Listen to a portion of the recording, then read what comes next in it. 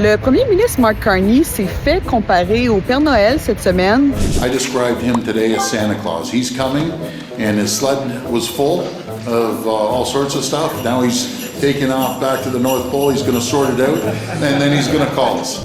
Je vous explique pourquoi. Mark Carney a rencontré tous ses homologues des provinces et territoires cette semaine pour commencer à parler de grands projets d'infrastructure qui seront dans l'intérêt national du pays. Donc ici, ça englobe un paquet de choses. On peut penser à des mines, des ports et même des pipelines. Le but, c'est d'élargir nos marchés d'exportation et rompre notre dépendance avec les États-Unis dans le contexte de la guerre commerciale. Je vous rappelle d'ailleurs qu'environ 90% du pétrole canadien est actuellement exporté vers les États-Unis.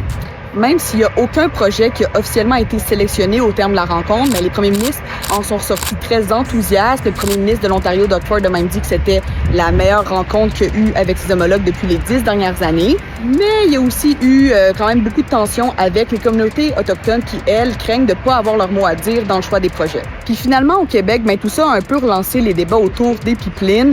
Les premiers ministres du Nouveau-Brunswick, de l'Alberta et de l'Ontario mettent beaucoup de pression sur François Legault pour qu'il accepte de faire passer un oléoduc sur le territoire du Québec.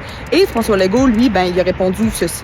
Si il y a un pipeline qui doit traverser le territoire du Québec, on va l'analyser, on va regarder les retombées, on va regarder les impacts sur l'environnement, mais ça devra être approuvé d'abord par le gouvernement du Québec si ça passe sur le territoire du Québec.